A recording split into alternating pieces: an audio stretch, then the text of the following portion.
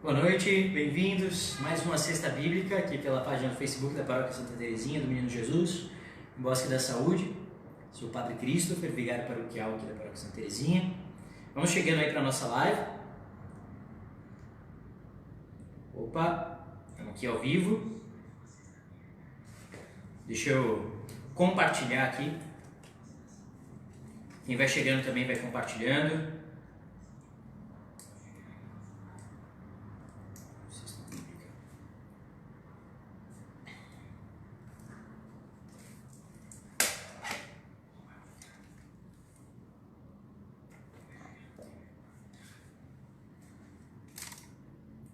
Estou compartilhando aqui no meu Facebook, vou mandar lá no WhatsApp também nos grupos.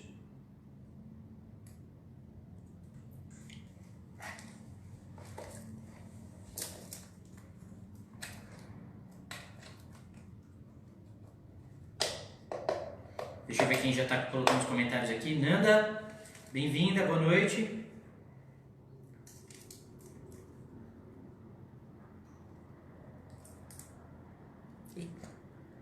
Forte. Peraí.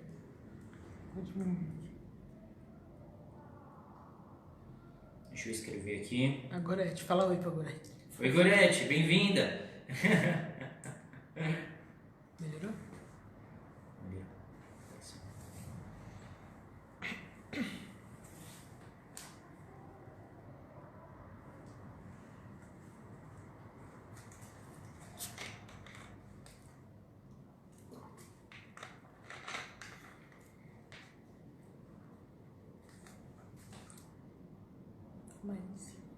Pessoal, compartilhem aí, mandem aí para os grupos do WhatsApp, aperta compartilhar, depois vai em copiar link.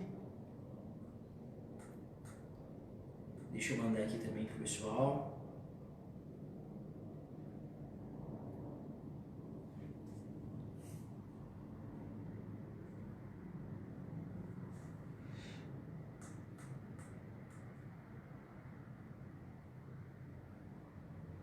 Estamos ao vivo.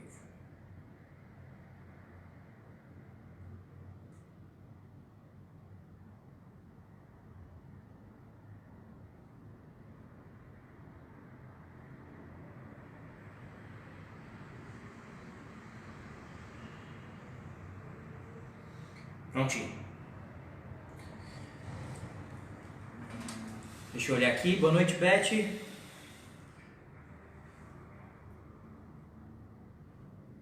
Deus abençoe. Boa noite, minha tia Fátima. Sônia, boa noite. Virgínia, Marisol, boa noite. Ela falou boa noite a todos ali. Pessoal, então vamos compartilhando para o pessoal chegar logo, porque hoje nós temos bastante conteúdo, vamos aprender bastante juntos. Hoje, como vocês viram aí no tema, tá lá a infância de Jesus segundo São Mateus. Daqui a pouco eu vou explicar aí esse tema, mas vamos aí acolhendo o pessoal. Marise, boa noite. Deus abençoe Márcia.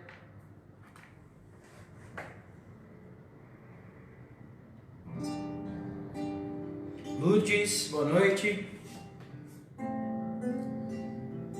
Peguem aí papel, caneta, Bíblia. Estou aqui com minha caneta, meu papel, Bíblia, os livros aqui que eu vou usar hoje. Daqui a pouco eu mostro os nossos livros. Oi? Padre Maicon tá assistindo. Padre Maicon tá assistindo? Olha só, bem-vindo, Padre Maicon. Boa noite, Suscita Tapia. Vamos cantando enquanto o pessoal chega, vamos compartilhando aí. Pessoal, não deixem de compartilhar, viu? É muito importante nós partilharmos o conhecimento da palavra. Muito importante que essa live, essa transmissão chegue a mais pessoas. Então compartilhem aí. Boa noite, Eliana. Então vamos fazer crescer esse número aí de pessoas ao vivo. Boa noite, Padre Maicon. Sua bênção. Eu vim para escutar tua palavra, tua palavra, tua palavra de amor. Eu gosto de escutar tua palavra,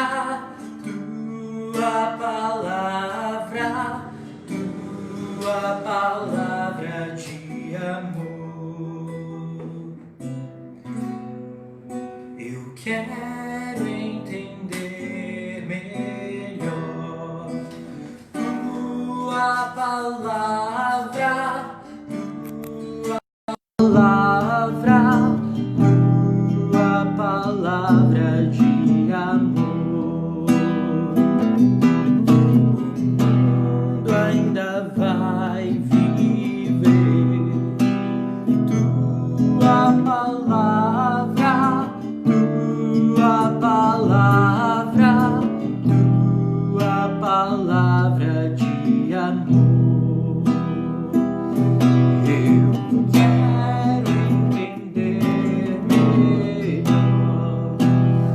tua palavra, tua palavra, tua palavra de amor. Amém, Padre. Mandou-lhe, Deus abençoe. Obrigado. Boa noite, Márcia, Maria. Pessoal, vamos compartilhando. Diz aí quem já compartilhou.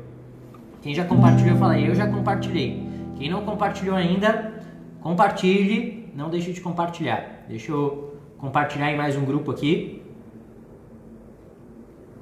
pra gente continuar espalhando a palavra.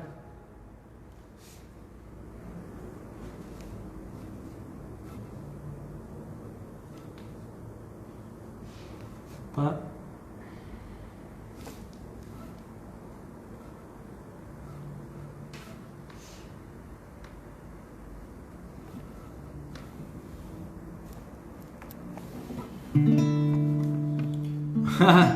Eu tava tentando entender mesmo o que a Beth tava querendo dizer.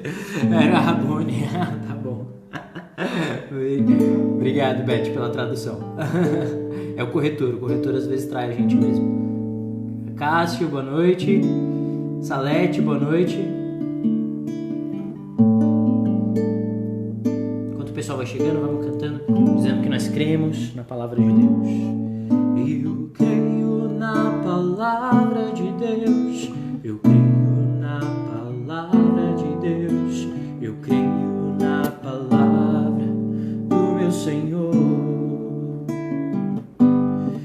Eu creio na palavra de Deus. Eu creio na palavra de Deus. Eu creio na palavra do meu Senhor. Se sou fiel no pouco, Ele me confiará mais. Se sou fiel no pouco, meus passos guiará. Se sou fiel no pouco, Ele me confiará mais. Se sou fiel no pouco, meus passos guiará. Eu creio nas promessas de Deus. Eu creio nas promessas de Deus. Eu creio nas promessas do meu Senhor. Eu creio nas promessas de Deus. Eu creio nas promessas de Deus. Eu creio nas promessas do meu Senhor. Se sou fiel no pouco, Ele me confiará mais. Se sou fiel no pouco, meus passos guiará. Se sou fiel no pouco, Ele me confiará mais. Se sou fiel no pouco, meus passos guiará. Vinde, Espírito Santo, e enchei os corações dos vossos fiéis, e acendei neles o fogo do vosso amor. Enviai o vosso Espírito, e tudo será criado, e renovareis a face da terra. Oremos.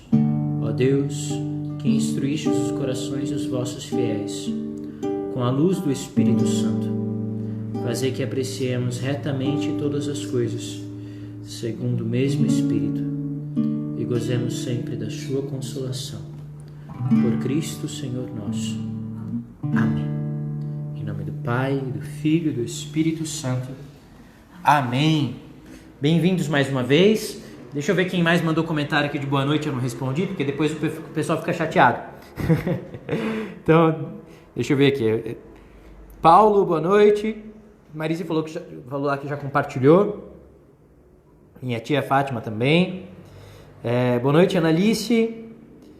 Cristina, boa noite. Silvia, Salete também já compartilhou. Alaide, boa noite, Deus abençoe. Então, pessoal, vamos lá. Vamos para o trabalho. Temos bastante coisa. Hoje, olha só o que temos aqui na mesa. Hoje eu não estou com o computador aqui. Então, eu vou olhar os comentários de vocês aqui no celular mesmo. Obrigado, Alaide. Obrigado, Deus abençoe. Tenho a Bíblia aqui e tenho outros 2 livros muito legais, muito bons mesmo. Então, a mesa está limpa aqui hoje. Um deles é este aqui. Eu não sei se eu já mostrei, acho que eu já mostrei anteriormente, mas vale a pena mostrar de novo. É a Catena Áurea. Esse aqui é um volume só, que é o volume de Mateus. Tem o volume de Mateus, Marcos, Lucas e João. O que é a Catena Áurea? Em latim significa corrente de ouro, corrente dourada.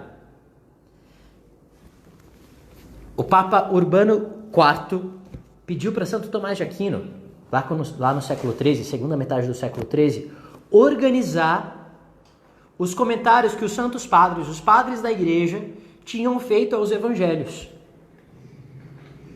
Então, Santo Agostinho, São João Crisóstomo, São Jerônimo, etc.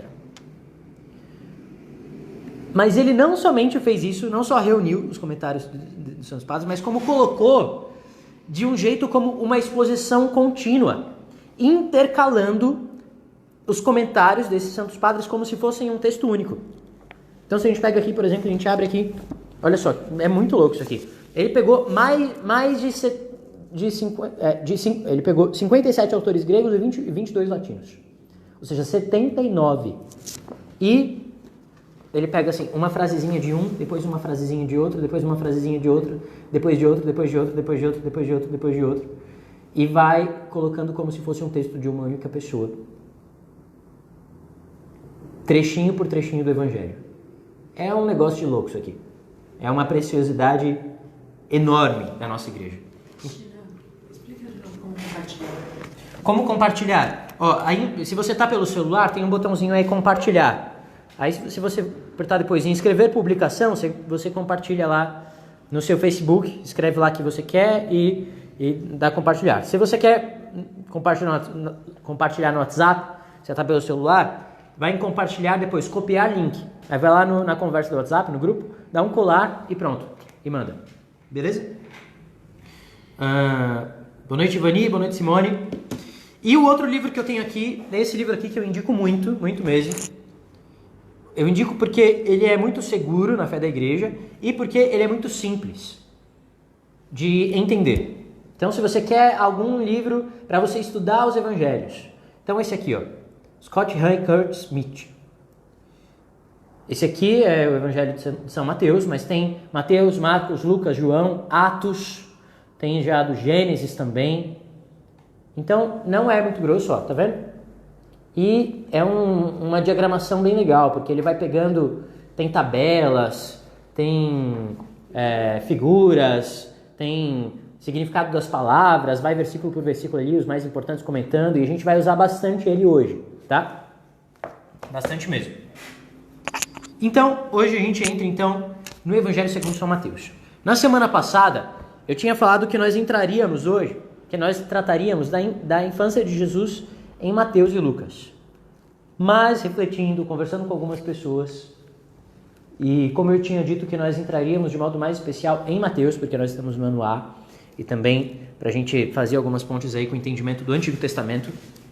Então, nós vamos tratar da infância em Mateus, por motivo pedagógico, para nós não confundirmos aqui Mateus e Lucas.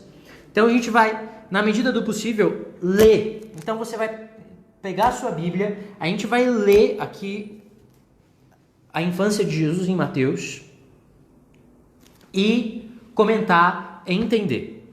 Antes disso, tem algumas considerações muito importantes para a gente conseguir entender o que é que quer dizer um monte de coisas lá na infância de Jesus em Mateus.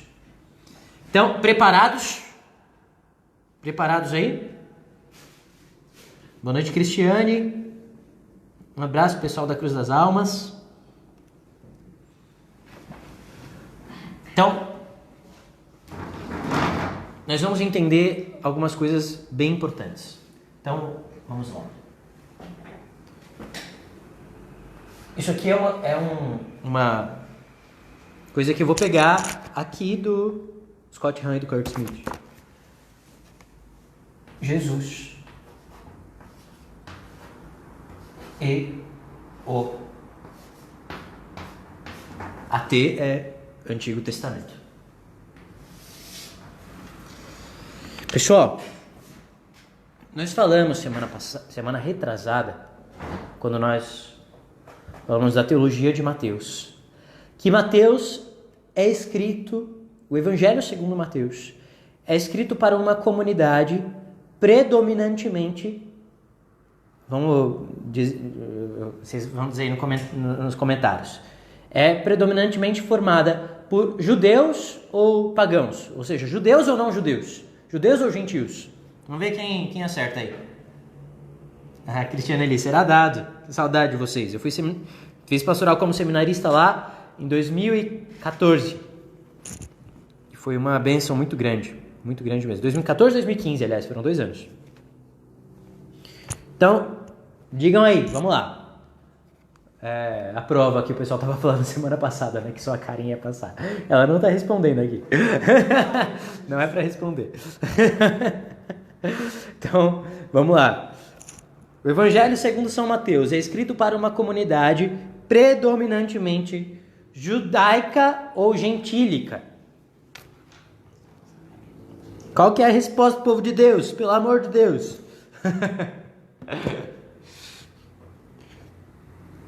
Eu estou considerando o delay que tem aí na transmissão, né?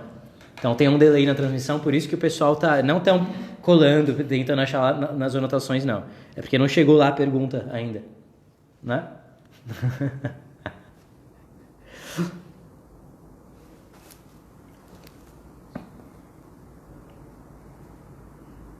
Quem chuta primeiro aí?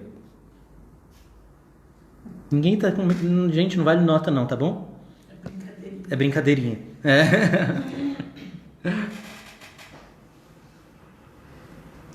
Vocês têm as anotações aí de vocês sobre a teologia de Mateus? Para quem que Mateus escreve? Vamos lá, vamos relembrar. Isso é muito, muito, muito importante para a gente dar continuidade daqui para frente. Muito importante.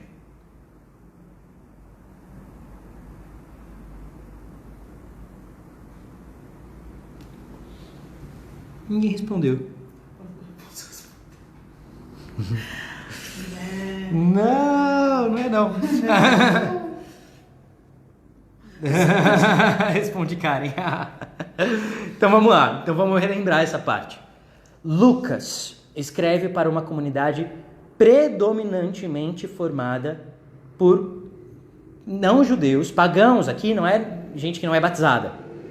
Gentios, gregos, né? Não judeus convertidos ao cristianismo. É aqueles para quem Lucas escreve. Tinha também judeus, enfim, era uma comunidade mista, mas predominantemente formada por gentios. Gentios com O, né? Não é gentio de educado. E cidadão de Roma é Marcos. Cidadão de Roma é Marcos. Colocaram ali. Então, Mateus escreve para uma comunidade formada predominantemente por judeus convertidos ao cristianismo. Judeus cristãos.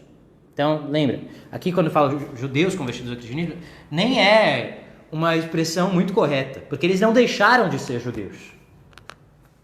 Né? Judeu é uma etnia. Então, judeus cristãos eram eles.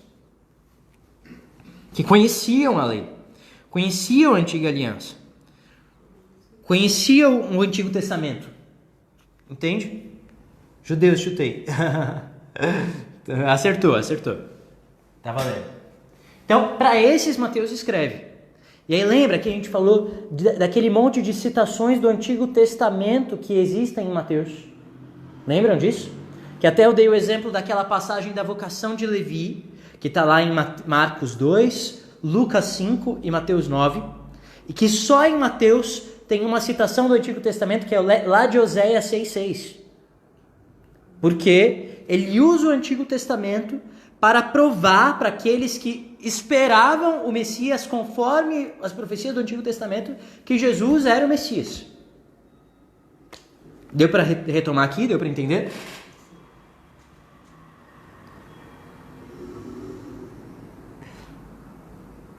Ah, Cristiane lá. Deixa eu abrir um parênteses aqui, porque saudade desse povo. Lá da paróquia Nossa Senhora do Carmo, Cruz das Almas, lá na região Brasilândia. Tu colocou a lista de seminaristas. A Marise vai tomar bomba. Seminarista que passou por lá. Mas espero que depois da quarentena a gente se reencontre. Quem sabe eu vou visitar vocês aí. Então, isso é uma coisa. Mateus cita frequentemente passagens do Antigo Testamento para dar ali as credenciais de Jesus como Messias. Entende? Para aqueles que eram judeus. Beleza? Mas não somente isso acontece. Acompanha aqui o raciocínio contigo. Não somente cita passagens lá explicitamente, mas também tem alusões mais sutis ao Antigo Testamento que Jesus fez e que estão muito registradas no Evangelho segundo São Mateus. O que são essas alusões? É aquilo que chama tipologia. Isso aqui é o primeiro encontro da cesta bíblica, quando a gente falou da leitura tipológica, leitura espiritual, etc. O que é tipologia? É enxergar no Antigo Testamento uma realidade do Novo Testamento sob um véu. É um tipo, ou seja, uma figura, uma imagem. Então, por exemplo, lá em João, para não pegar aqui de Mateus, quando Jesus mesmo faz uma leitura tipológica da serpente levantada no deserto, que está lá em Números. Então, assim como a serpente foi levantada no deserto, assim também o Filho do Homem será erguido da terra. Era aquela passagem que as pessoas foram picadas por cobras, Deus manda fazer uma serpente de bronze, aquela serpente foi erguida, quem olhava para aquela serpente de bronze era curado, não morria. Então, Jesus na cruz é o cumprimento daquela tipologia da serpente. Entende? Ou seja, naquela serpente já estava velada a mensagem da cruz. Como isso? Mas como? É porque Deus é o mesmo autor do Antigo Testamento e do Novo Testamento.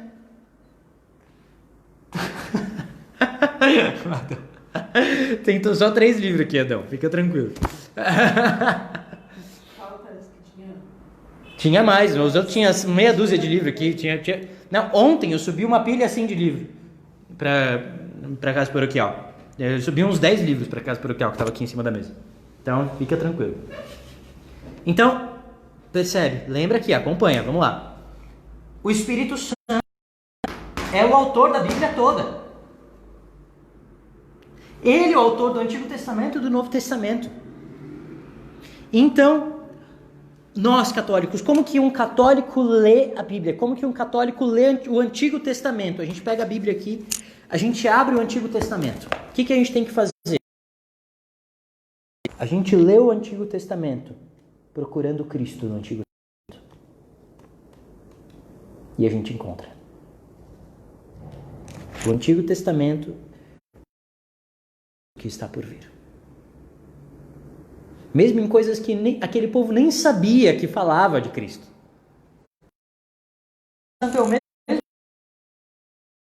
Isso acontece nos Salmos, por exemplo. No Salmo, quando Jesus diz na cruz, meu Deus, por que me abandonaste? Isso é um salmo. É o início de um salmo. Ou seja, quando o salmista dizia aquilo, quando o salmista escrevia aquilo, aquilo já era a prefiguração da oração de Cristo na cruz. Entende? Olha que coisa linda. Como tem uma ligação espiritual, um fio condutor de toda a Escritura. É assim que a gente tem que ler a Bíblia. Então, o que a gente vai encontrar nesse sentido em Mateus? A gente vai encontrar pelo menos 6 desses tipos em Mateus. Então, primeiro, que eu falei lá na sexta bíblica retrasada. Então, o primeiro deles que a gente vai encontrar, Jesus é o novo. Eu não vou falar para vocês falarem novo o quê, porque senão eu vou passar vergonha de novo. É o novo Moisés. Quem falou Moisés aí acertou. Parabéns. Jesus é o novo Moisés.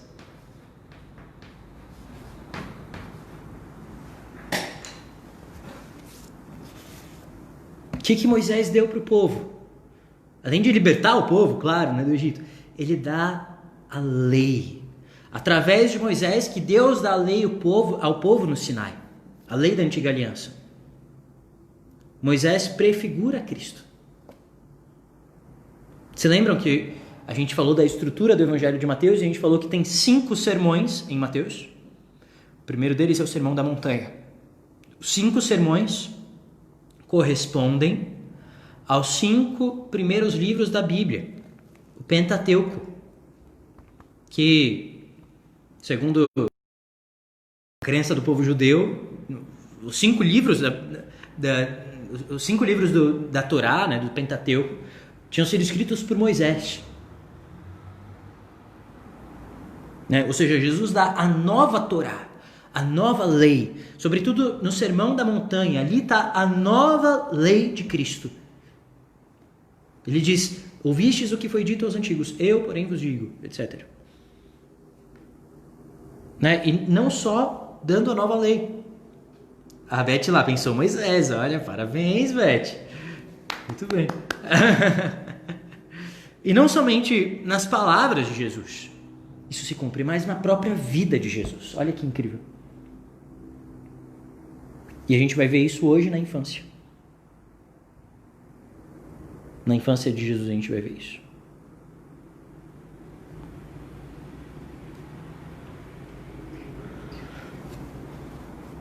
E em outras passagens aí a gente poderia ver Jesus ali como novo Moisés. Depois, em Jesus se cumpre a nova Israel.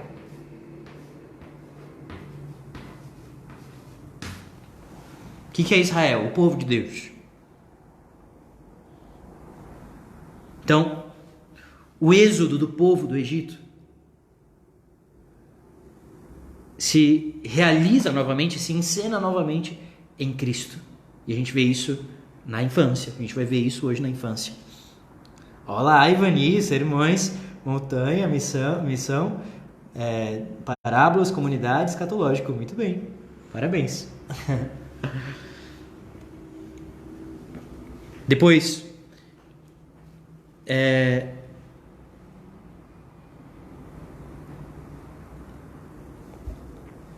aqui o Scott Hahn coloca, Jesus enfrenta um período de 40 dias no teste, na prova, no deserto, compondo os 40 anos de provação de Israel no deserto. Assim como o povo de Israel passou 40 anos no deserto, Jesus fica 40 dias no deserto. Tudo isso, percebe? Tudo isso está mostrando para a comunidade de Mateus que tudo aquilo do Antigo Testamento se cumpriu aqui em Jesus. Está entendendo? Se imagina lá como um judeu que conheceu a Cristo. Depois, Jesus, e isso também a gente vai ver hoje na infância, o novo Davi.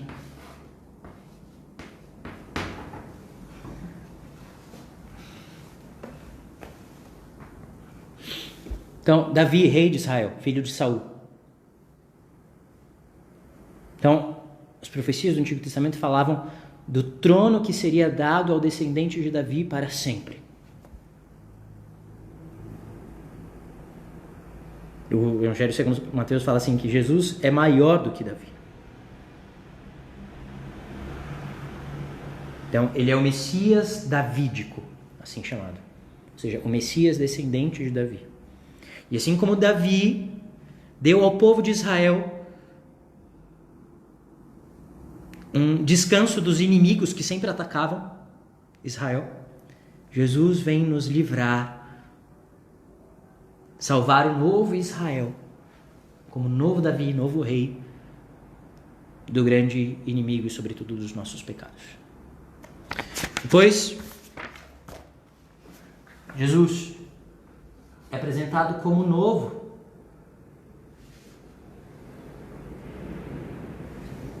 Deixa eu pegar um giz mais.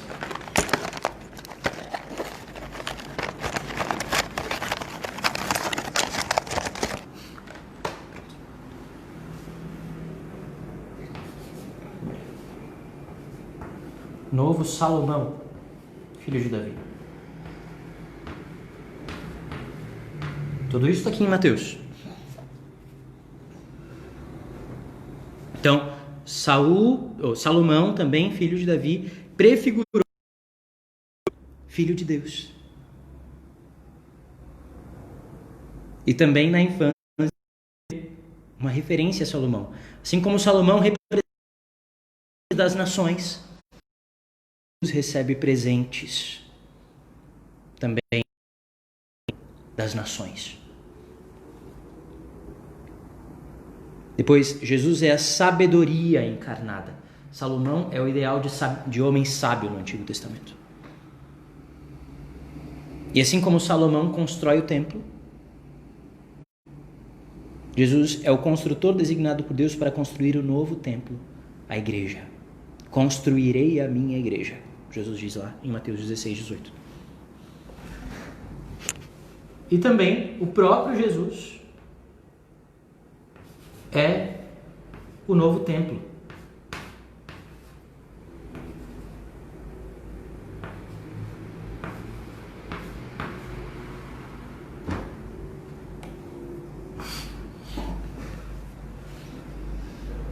Então, o que era o templo em Jerusalém? Era um templo que estava o local da presença de Deus. No templo, o templo abrigava a Arca da Aliança. Então, Jesus é a verdadeira presença de Deus no meio do povo. Ele é o Emanuel, Deus conosco. Ele é o novo templo de Deus. Ele traz a glória de Deus ao meio de nós.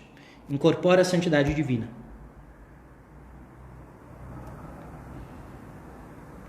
E além disso, a presença de Jesus, ela acontece, ela é o que é a igreja. E por fim, ele é apresentado em Mateus como novo Jonas. E não é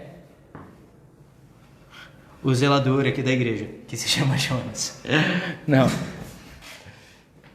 Jonas era um profeta hebreu. Vocês se lembram da história de Jonas, que ficou 3 dias, 3 noites no ventre do peixe? Assim, isso foi evangelho nessa semana, inclusive, na terça, não lembro. Assim como Jonas ficou 3 dias, 3 noites no ventre do peixe, o Filho do Homem ficará 3 dias no ventre da terra. Ou seja, designa a morte e a ressurreição de Cristo. E, além disso, Jonas vai pregar aos ninivitas, ou seja, aos pagãos. E Cristo vem trazer a salvação não somente a Israel, mas a todos os povos. Enfim, aqui nós encontramos um quadro geral da relação de Jesus com o Antigo Testamento em Mateus. Mas, antes ainda da gente entrar, isso aqui, pessoal, é muito importante. Vocês estão falando, nossa, o pato tá enrolando, não chega lá logo na infância lá de Jesus. Isso é muito importante. Antes ainda da gente entrar na infância de Jesus, tem uma outra coisa que é necessário a gente compreender. Tá. Então quer dizer que Mateus inventou todas essas coisas para falar para os judeus que Jesus era o novo Moisés? Eu estou falando isso para vocês porque pode ser que vocês ouçam isso por aí. Então, o que é muito comum se ouvir, muito comum se dizer. Os evangelhos da infância não devem ser encarados como verdade histórica. Isso que a gente vai ler, que Jesus foi lá para o Egito e tudo mais, é uma construção literária de Mateus para mostrar uma verdade teológica, que Jesus é o novo Moisés. Ou seja, no fundo, Mateus inventou tudo isso. E todo o resto, né? Ou seja, e aí se ele pode ter inventado isso, ele pode ter inventado o resto também, né? Então o que é verdade, afinal? E aí chega absurdo de teólogo que nega até a ressurreição.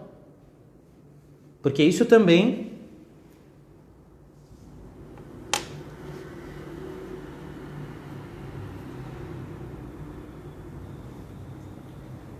É o da luz.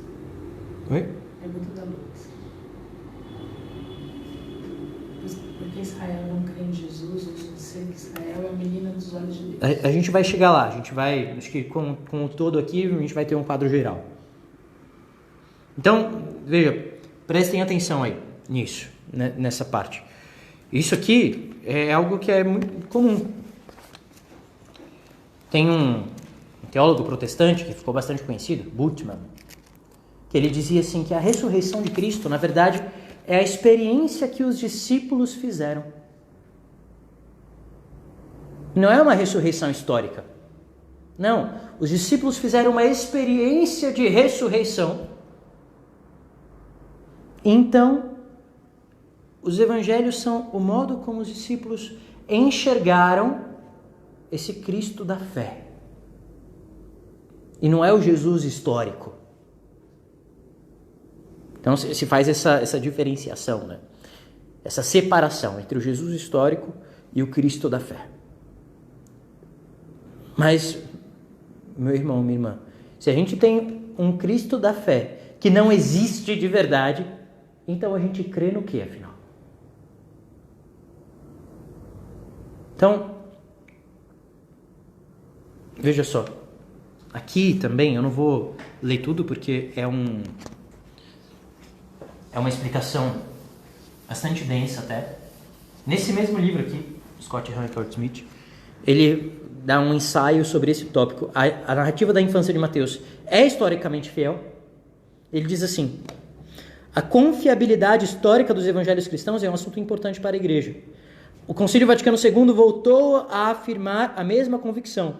Os evangelhos do Novo Testamento transmitem fielmente a verdade histórica sobre Jesus, seus ensinamentos e suas obras admiráveis.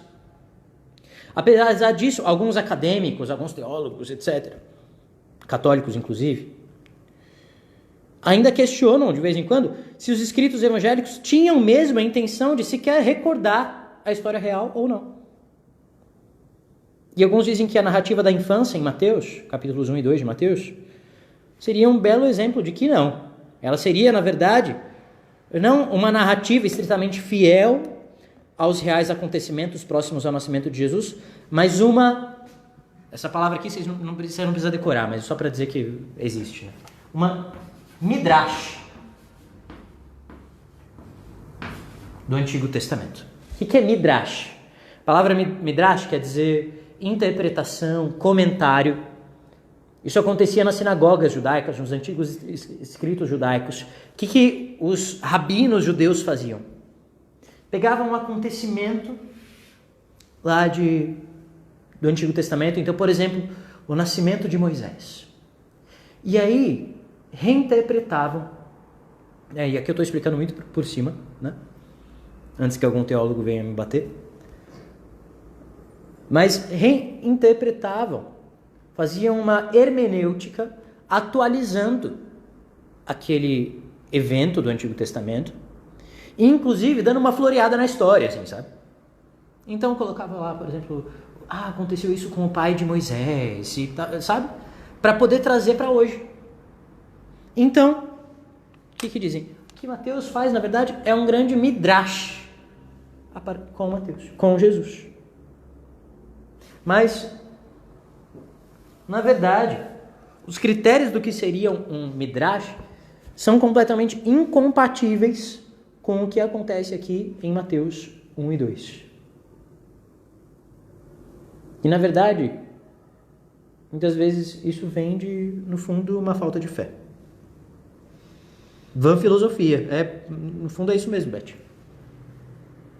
Né? Então, sim, existe uma intenção teológica. Então, como que a gente resolve esse negócio?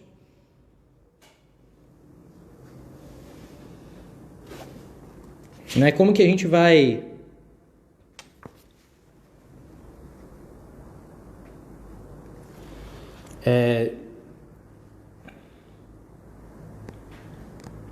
resolver isso, afinal.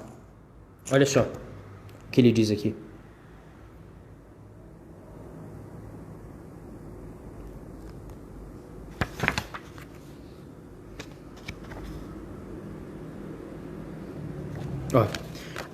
Resumindo tudo, a narrativa da infância de Mateus é teológica e historicamente confiável. Mateus faz uso do Antigo Testamento para confirmar sua história e não para embasá-la. É diferente. Sua intenção é de que os leitores vejam os primeiros anos da vida de Jesus como um conjunto de fatos e personagens reais. Para Mateus, o próprio Jesus é a chave de interpretação do Antigo Testamento. Veja, é o contrário o negócio. Jesus... E lembra, Deus é o Senhor da história. Ele usa a história. Ele desenhou a história desse modo para mostrar que em Jesus nós interpretamos corretamente o Antigo Testamento. É isso. Então, sua vinda marca uma nova história da salvação que reúne todas as promessas de Deus e as realiza plenamente. Que coisa linda. Todas as promessas de Deus do Antigo Testamento se realizam plenamente em Jesus. A confiabilidade histórica dos 2 primeiros capítulos do Evangelho de Mateus, portanto, é atestada pela tradição da Igreja Católica e é consistente com os sólidos princípios do estudo histórico e bíblico.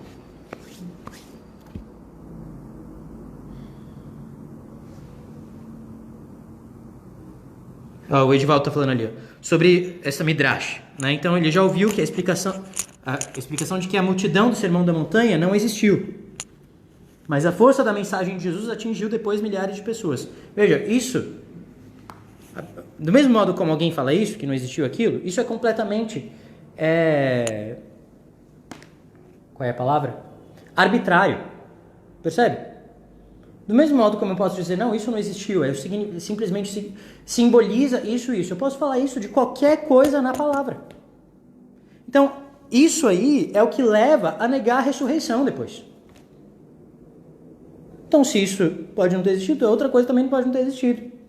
Então, o milagre da multiplicação, por exemplo, não foi milagre da multiplicação. Foi uma partilha que foi interpretada como um milagre. Né? Mas, pensa comigo. O que é mais fácil?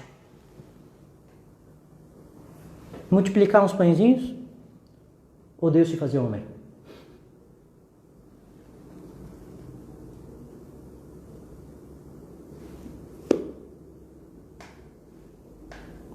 Né? Então, enfim, se a gente tem fé, a gente não tem dificuldade nenhuma com nada disso. Então, é com tudo isso em mente que a gente vai agora para a infância de Jesus, tá? Desculpem por essa introdução toda, mas ela é necessária. Ok?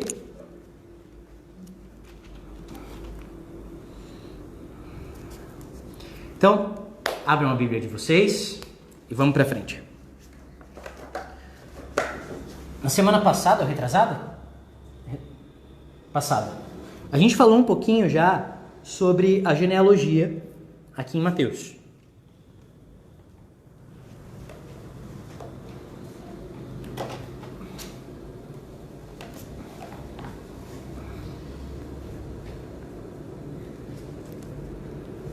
Então, algumas coisas aqui a gente já introduziu, só lembrando. Retrasado a gente falou, né? Então, algumas coisas aqui a gente já tocou. Então, vamos lá, mas só para a gente retomar. Vamos para o Mateus 1:1. Então, agora, pessoal, a gente vai aqui, nas próximas cestas bíblicas, a gente vai ficar craque aqui no Evangelho segundo São Mateus. Só ver que oração aqui pra gente poder... Eita, nós tem 45 minutos. Já foi metade do negócio. Vamos lá. Livro da origem de Jesus Cristo. Filho de Davi. Filho de Abraão. Percebe como aqui a gente já consegue enxergar algumas coisas dali? E esse livro da origem já é muito significativo. Então, vale aqui para esses 16 versículos, né, essa origem, essa genealogia, mas para o Evangelho como um todo, para os Evangelhos da infância, que essa palavra aqui, essa origem, lembra Gênesis. Olha só, é o primeiro livro do Novo Testamento, que nos faz lembrar do primeiro livro do Antigo Testamento. Jesus Cristo. Isso, Abraão, Davi, Exílio, Jesus. Isso mesmo, lembra lá, né? Das 14 gerações. Então, filho de Davi, filho de Abraão. Então, aqui tem mais uma vez, e depois isso aqui está na genealogia, este atestado de que Jesus é o Messias prometido no Antigo Testamento. Ele é o cumprimento pleno de todas as promessas ao antigo Israel. Então, aqui a gente tem essa genealogia de Jesus. E agora a gente vai lá para o versículo 18. Karen, pega água, por favor. Eu acabei com ela já. Versículo 18.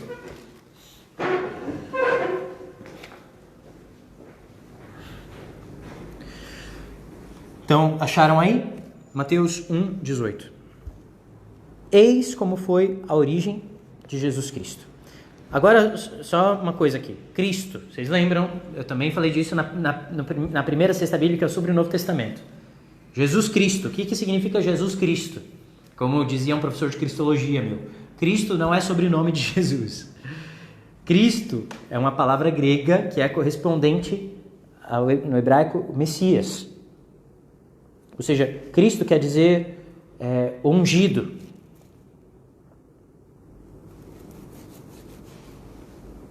Ou seja, é o enviado de Deus, como o Salvador de Israel.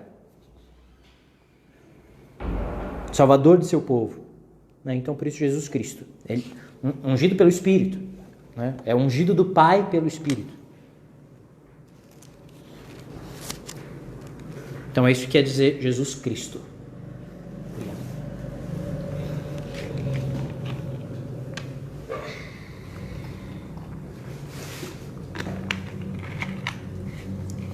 Então, sua mãe Maria,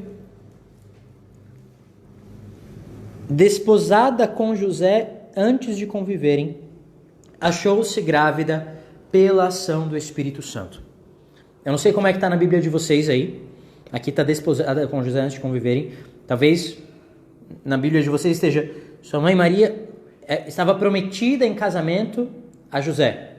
Ou era casada com José. E aí, como que era? Ela era noiva, era prometida em casamento, era casada? Como que era esse negócio? Então, primeiro, vocês se lembram também disso na cesta bíblica lá no encontro que a gente falou da teologia de Mateus. A infância de Jesus aqui, ela está como que sob a ótica de José. Então, ele é como que... claro, o personagem principal da infância de Jesus, obviamente, é Jesus. E isso tanto em Mateus quanto em Lucas. Mas em Lucas, como personagem secundário, nós temos João Batista, que é muito importante. Em Lucas, a infância de Jesus está em paralelo com a infância de João Batista. Então a gente tem lá anúncio, enfim, com o anjo, a impossibilidade, né? O nascimento, o cântico, etc. Apresentação, tudo isso paralelo ali, Jesus, João Batista. E Maria, a figura de Maria também é muito importante, tá como que é sob a ótica de Maria, a infância em Lucas. Aqui, a infância em Jesus, em Mateus, está sob a ótica de São José. Então, aqui já aconteceu aquele pedaço lá do anúncio do arcanjo Gabriel a Nossa Senhora. Isso aqui passou, porque José não viveu isso. Ele entra na história depois, entendeu? Então já aconteceu aquilo que está narrado em Lucas, que Nossa Senhora está lá, o anjo Gabriel aparece para ela, não temas Maria, etc. Então, a mãe de Jesus, Maria, desposada com José antes de conviverem, achou-se grávida pela ação do Espírito Santo. Resume assim, pronto. Então, o que é se desposada com José? Prometida em casamento a José. Então, qual é a tradução correta, afinal? Então, a gente precisa entender uma coisa. O casamento, na tradição judaica, na cultura judaica, era muito diferente. O noivado, o casamento, era muito diferente do que a gente entende hoje. O casamento judaico acontecia em 2 etapas. Numa primeira etapa, o homem e a mulher já eram esposos, já eram casados, mas ainda não coabitavam, ou seja, não moravam juntos e ainda não se conheciam intimamente. E numa segunda etapa é que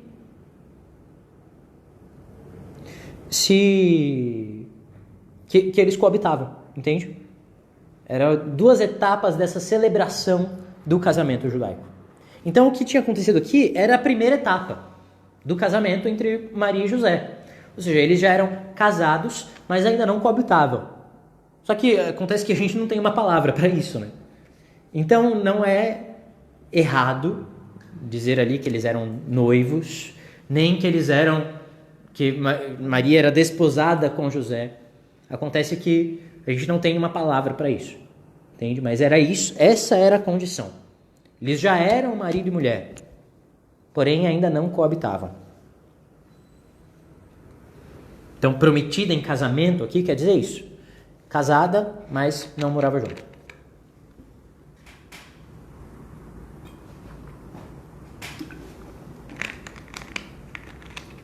Babei mesmo.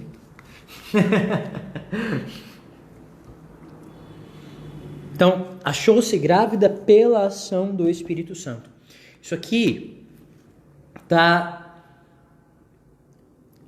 atestando, está reforçando a origem divina do nascimento de Jesus. Ou seja, está colocando aqui, eles ainda não coabitavam. Ou seja, não tem jeito de ter acontecido de outro jeito o negócio. E ela se achou grávida pela ação do Espírito Santo. É isso. Para ninguém ter dúvida. Isso, já eram casados, isso mesmo. Então, agora, versículo 19. José, seu esposo, sendo justo e não querendo expô-la, cogitou em despedi-la secretamente. O que quer dizer ser justo aqui? Aqui está falando que a conduta de José era irrepreensível, de acordo com a lei de Deus.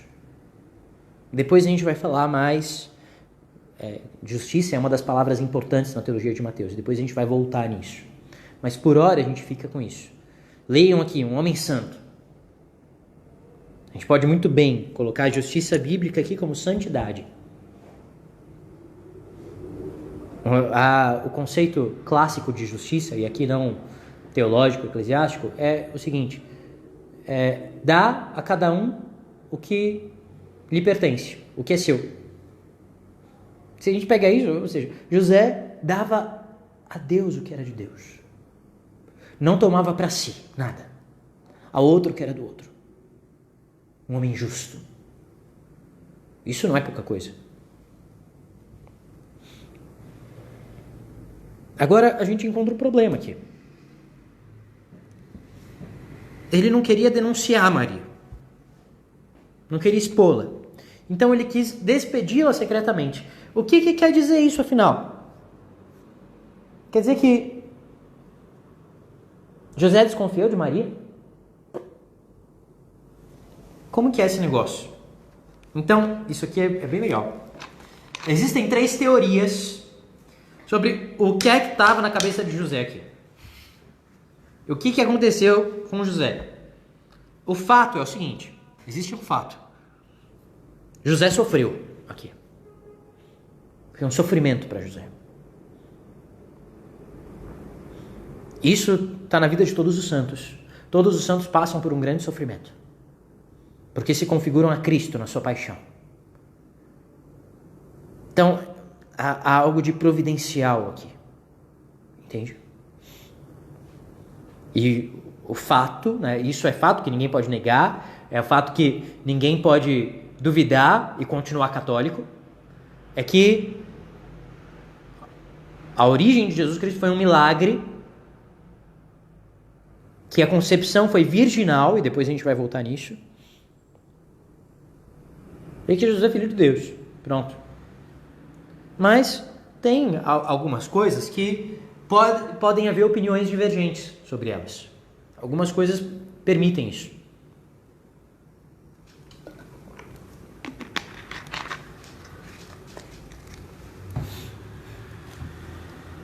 Então, no que a gente vê isso?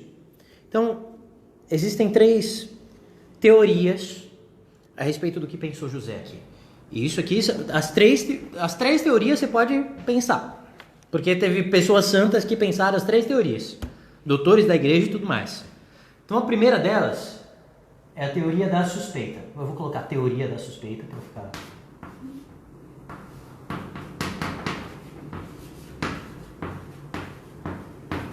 Vou tentar correr por causa do tempo, tá? Porque isso aqui não é tão importante.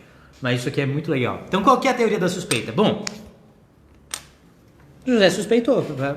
Ela cometeu adultério. Não tem outro jeito, já que tem acontecido um negócio. Então ela cometeu adultério. Só que ele amava muito Maria. Então, ali com aquela suspeita, será que ela cometeu adultério? O que aconteceu? Então ele decide abandoná-la em segredo para não expô-la, para não denunciá-la. Ou seja, ele prefere ele assumir a responsabilidade. Ele prefere ele ficar mal falado do que ela correr o risco de ser apedrejada. Essa é a teoria da suspeita. Então, São João Crisóstomo vai por aí, por exemplo. Mas tem uma outra teoria, que é tipo o contrário disso. É o lado oposto, vai para outro lado. Então aqui, mais medievais vão para esse lado. São Bernardo de Claraval, Santo Tomás de Aquino.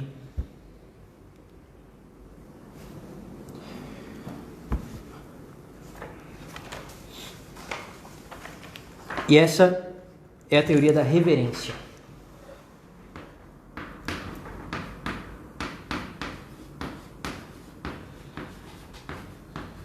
O que é essa teoria da reverência?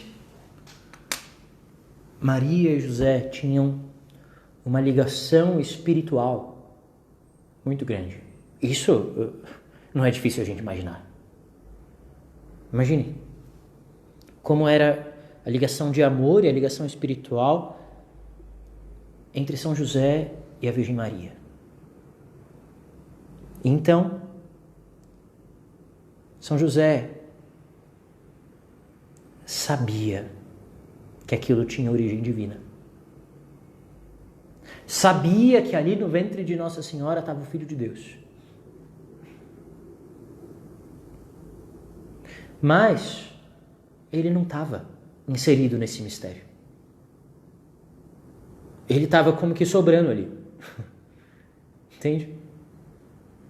Então, por que a teoria da reverência? Ele fica reverente ali diante daquele mistério, ele diz, não, eu não sou digno de participar disso. Então ele resolve se retirar. E aí tem sentido aquele não tenhas medo que o anjo fala para ele. Não tenhas medo. Não, você pode se aproximar, você é convidado a se inserir dentro disso também. Também tem um plano para você aqui. E quando ele narra é para confirmar aquilo que o José já sabia. Isso é essa teoria da reverência. E aí tem um meio termo entre as duas. Que não é nem que São José achava que Nossa Senhora tinha cometido adultério, e nem que ele sabia que era o Filho de Deus. Mas é a teoria da perplexidade.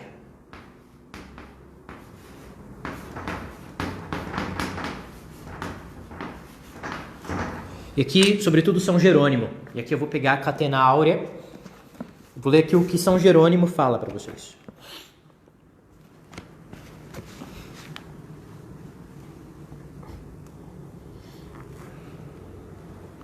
Então, numa frasezinha, olha só. Isso pode ser um testemunho a favor de Maria, que José, confiando em sua castidade. Por que isso? Isso aqui é uma coisa maravilhosa.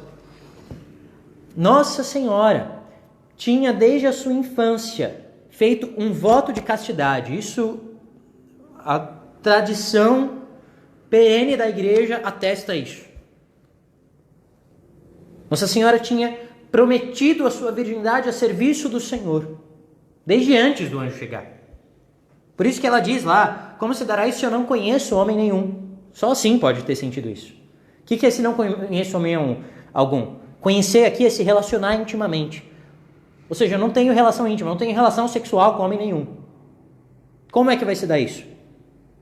Bom, isso não faz sentido, né? Porque ela já estava casada, ela só dali a algumas semanas ela ia morar com o homem. Então, isso significa que Nossa Senhora, ela tinha prometido a sua castidade ao Senhor, a Deus. E São José se casou com ela sabendo disso. Portanto, ele também é o castíssimo esposo, como a gente diz nas orações da igreja. Ele também participava desse voto de Nossa Senhora. Então, qual é a posição aqui de São Jerônimo? Essa teoria da perplexidade. Então, é isso aqui.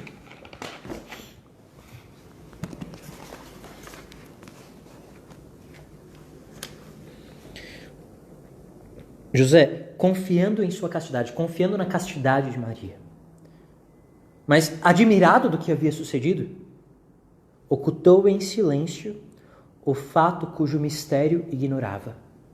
Ou seja, ele fica ali, é um mistério para ele não entende, ele fica perplexo com aquilo, mas ele suspende o juízo.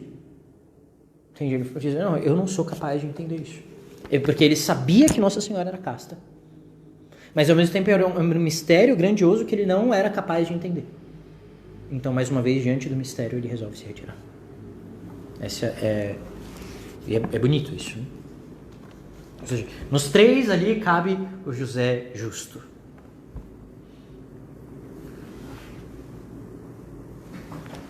E, enfim, e tanto aqui na Catena Áurea quanto aqui nesse aqui tem a explicação mais detalhada aí das três posições. Então, é isso. Ou seja, não é que José desconfiou de Maria, é aquela mulher adúltera. Não, isso não acontece. Então, vamos para frente aqui. Enquanto assim ponderava, apareceu-lhe em sonho um anjo do Senhor que lhe disse: José, filho de Davi. Isso aqui é muito importante também. É por José aqui que vem o atestado de que Jesus era da descendência de Davi. Ele era o filho de Davi que recebeu o seu trono para sempre.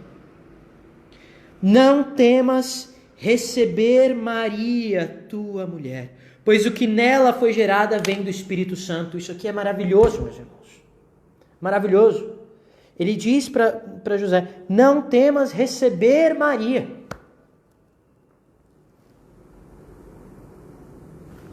Isso, espiritualmente, aqui se dirige a nós também. Como José, nós recebemos Maria em nossa vida e assim recebemos Jesus, filho de Maria, em nossa vida. Ela dará à luz um filho e tu lhe porás o nome de Jesus. Aqui ele dá a missão de São José. Pôr o nome é a missão do Pai. Pois ele salvará o seu povo de seus pecados. Aqui nós temos o significado do nome Jesus. Jesus vem do hebraico Yeshua, que seria em português Josué, que é Deus salva.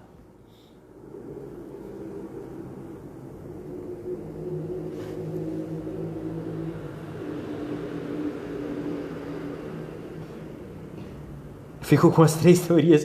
Não dá, Beth. Mas tudo bem. A gente pode não ficar com nenhuma e falar, as 3 tá bom. No céu a gente vai saber qual que é. A gente pergunta para São José lá.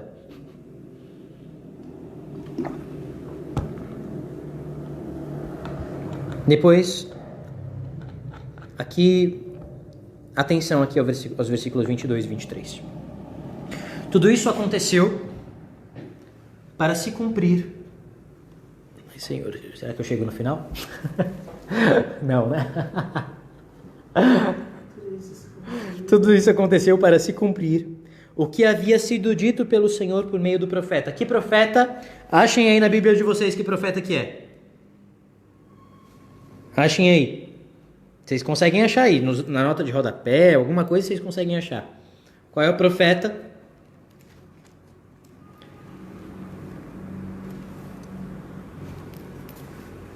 Versículo 23.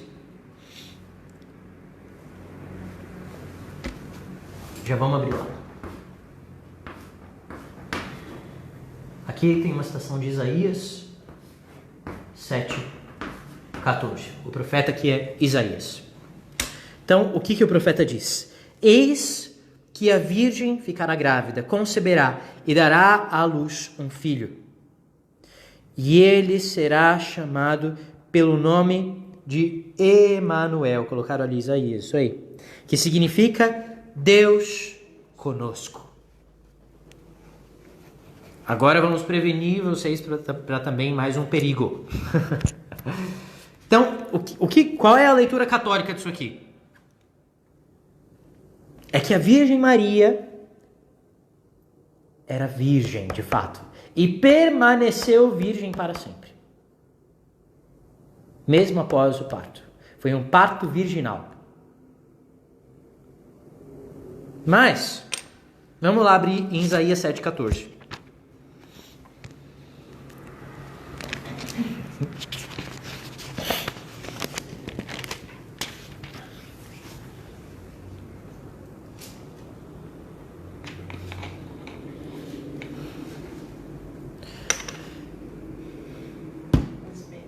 Pois bem, o próprio Senhor vos dará um sinal. A virgem ficará grávida e dará à luz um filho, que lhe porá o nome de Emanuel. Alguém aí está diferente? Não está escrito virgem? Se manifestem aí. Certamente alguém vai estar diferente aí na sua Bíblia. Não está escrito virgem. O que está escrito na Bíblia de quem não está escrito virgem? Em Isaías 7,14.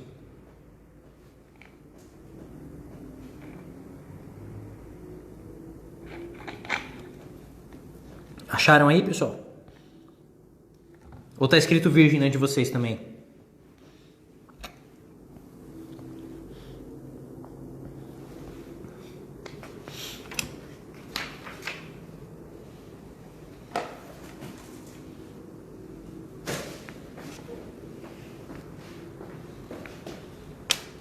A Bíblia de todo mundo aí é bem católica, né?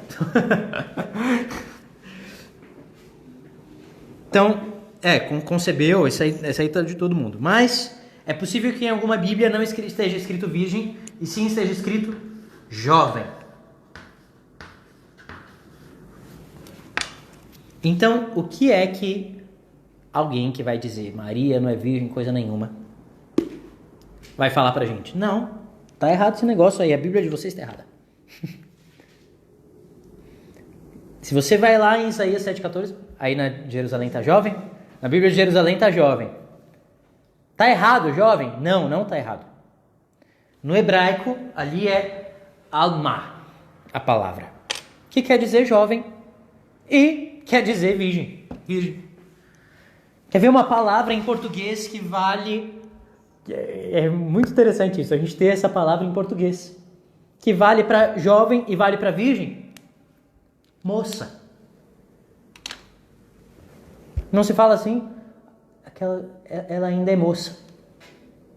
Às vezes até tem aquela expressão assim, moça véia, que o povo usa no Nordeste. Não tem essa expressão? Ou seja, é uma senhora que ainda é virgem.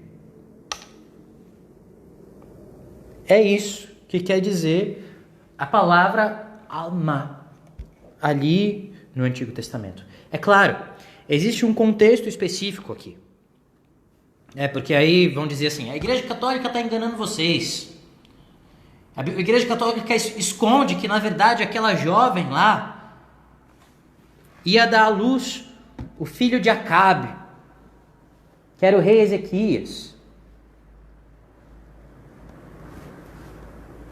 Mas, povo de Deus, isso não está escondido de jeito nenhum. Eu estou falando para vocês aqui agora.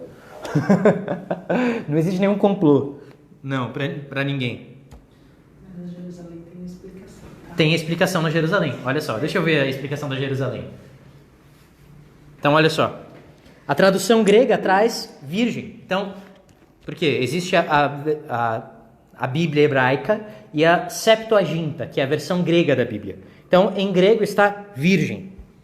Então, precisando assim, ou seja, a tradução grega, a virgem, precisa, ou seja, traz uma tradução precisa do significado específico do termo hebraico alma, que designa quer a donzela, quer uma jovem casada recentemente, sem explicitar mais. Entende?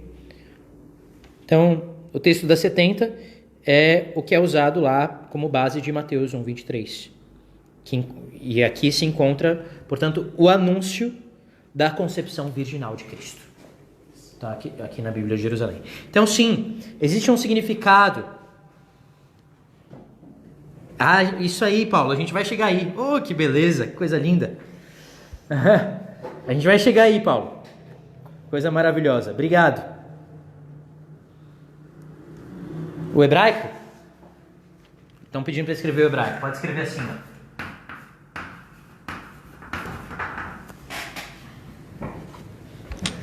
Tá? Isso não é preciso, né? Isso é uma transliteração. Mas o H tá meio apagadinho. Quer um H, tá? É uma transliteração. Eu não sei escrever hebraico. Com letras hebraicas de fato. Com H no final. Então, existe ali o sentido específico, histórico, do que aconteceu lá com Acabe. Que Acabe estava desesperado porque ele não tinha filho. Então, o profeta diz, o próprio Senhor vai dar um sinal para você. Mas lembra, o autor é o mesmo, da Bíblia toda. Deus sabia, o Espírito Santo sabia, que ali, aquela jovem dando à luz o rei Ezequias, era a prefiguração da concepção virginal de Cristo. Então, o que é que está atestado aqui? É um dogma de fé. Isso aqui, povo de Deus, a igreja crê nisso desde os primeiros séculos. Num credo, num símbolo da fé, lá do século IV já está atestado isso. Maria sempre virgem. É o dogma da virgindade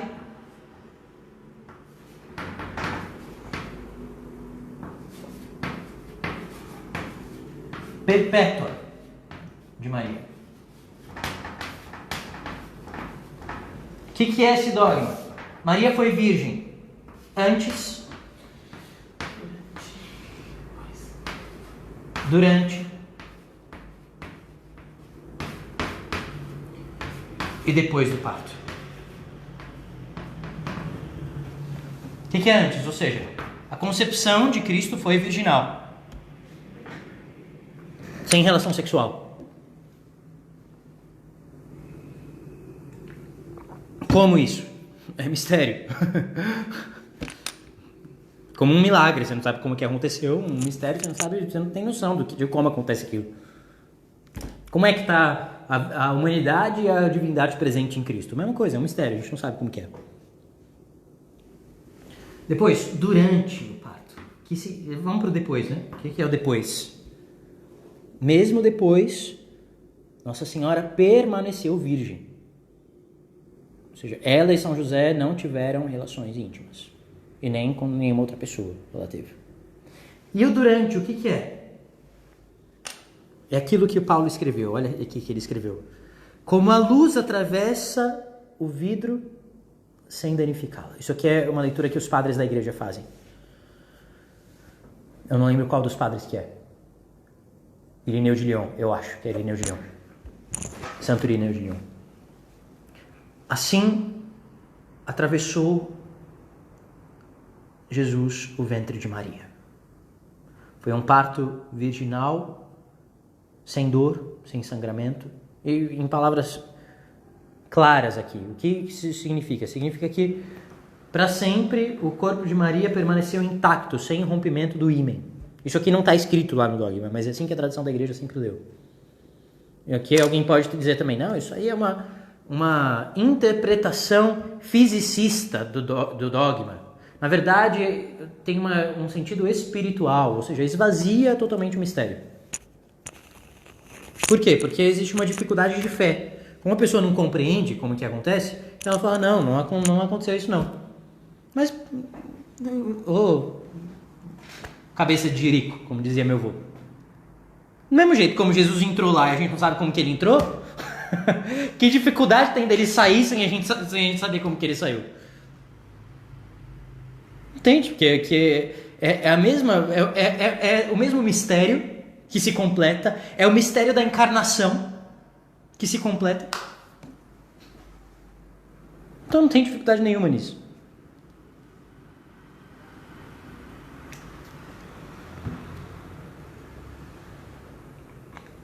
Né? E é claro que a virgindade de Nossa Senhora é, antes de tudo, uma virgindade espiritual. Ou seja, é a alma intacta de Maria. Antes de tudo. Né? Depois, existe algo forte aqui. O corpo glorioso de Jesus, ele tem algumas propriedades especiais. Corpo glorioso, ressuscitado. Então, que propriedades são essas? Então, tem os nomes lá, agilidade, sublimidade, etc. Então, quando Jesus é ressuscitado, aparece aos discípulos. Lembra como que ele entra com as portas fechadas? Ele atravessa a parede. Agora, mesmo antes da ressurreição, há momentos em que isso já se manifesta previamente. Então a gente vê isso na transfiguração, a luminosidade do corpo de Cristo. A gente vê Jesus andando sobre as águas. E a gente vê no parto de Nossa Senhora. Assim como ele ressuscitado entra no cenáculo com as portas fechadas, assim ele sai do ventre de Nossa Senhora sem dor nenhuma. É o mistério da nossa fé.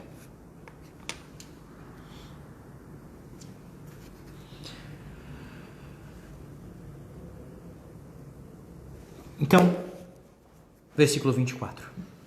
Ao despertar do sono, José fez o que o anjo do Senhor lhe havia ordenado e acolheu sua mulher.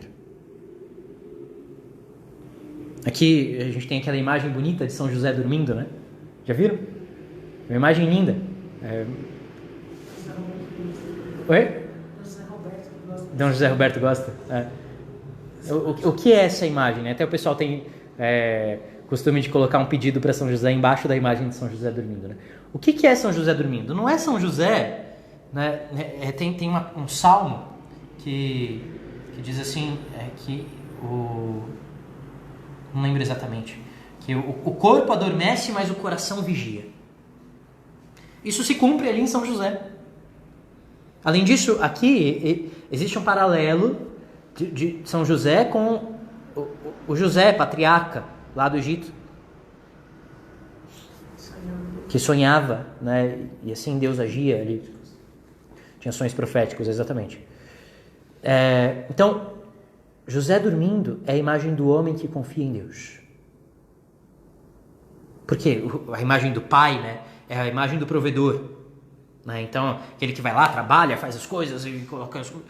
Mas, ao mesmo tempo que ele é o pater et custos, ou seja, o pai e guardião da Sagrada Família, ele sabe que Deus é o grande pater et custos.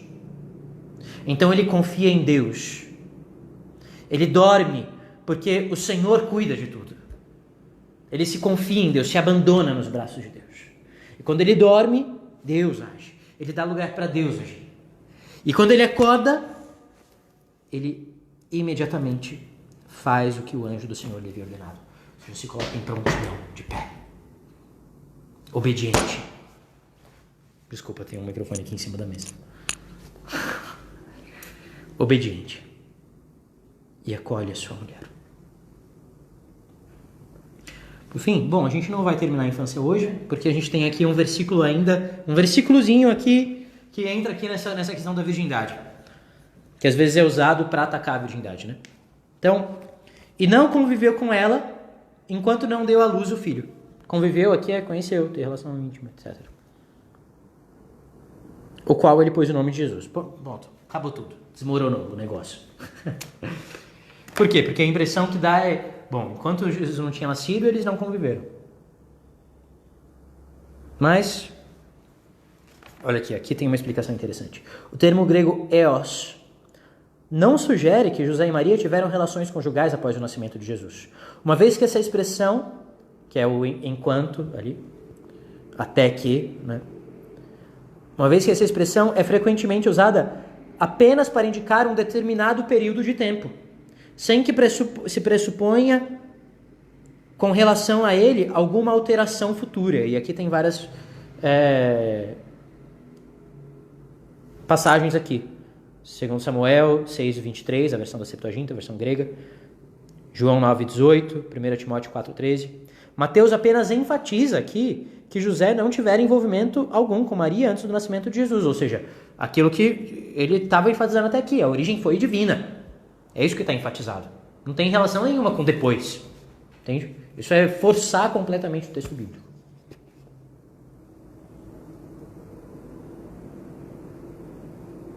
E aí ele completa aqui, aquilo que nós já dissemos. Né? A virgindade de Maria é dogma firmemente estabelecido pela tradição da Igreja.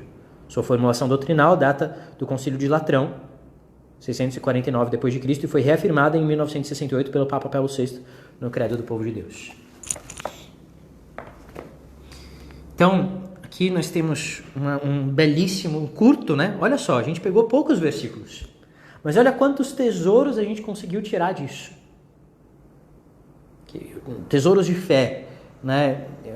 Por quê? Porque a gente está lendo aqui à luz da nossa fé, à luz da fé católica. Né? A gente não está pegando aqui como se a gente apagasse tudo do nosso cérebro, apagasse toda a nossa fé, tudo que a gente aprendeu, tudo que a igreja ensina, e agora vamos aqui ler o texto bíblico. Não. A gente lê a Bíblia como pessoas de fé, como católicos. Né? Então é assim que se lê a Bíblia. E assim a gente colhe tesouros espirituais da Sagrada Escritura. Né? Ou seja, a gente encontra ali o sentido literal, mas a gente precisa saltar do sentido literal para o sentido espiritual. E a gente vai continuar isso semana que vem. Então, semana que vem nós entraremos em Belém e no Egito. E continuaremos assim a infância de Jesus. Então, semana que vem, a infância de Jesus segundo São Mateus, parte 2. Não percam. Obrigado, vocês que nos acompanharam hoje. Que maravilha ser cristão, que maravilha ser católico, né? Viva São José, viva Nossa Senhora, viva a Sagrada Família. Que bom. Deus abençoe vocês, viu? Muito obrigado. Semana que vem tem mais. Depois isso aqui vai entrar no YouTube, vai ficar salvo aqui no Facebook. Depois, durante a semana, entra também no YouTube. Então, se você não acompanhou as cestas bíblicas anteriores, você pode olhar aqui no Facebook, tem todas. Lá no canal do YouTube da paróquia também tem todas as cestas bíblicas. Então, vamos estudar a palavra, vamos conhecer nosso Senhor. Amém? Amém. O Senhor esteja convosco. Está no meio de nós. Abençoe-vos Deus Todo-Poderoso, Pai e Filho e Espírito Santo. Amém. Amém. Um abraço a todos, Deus abençoe.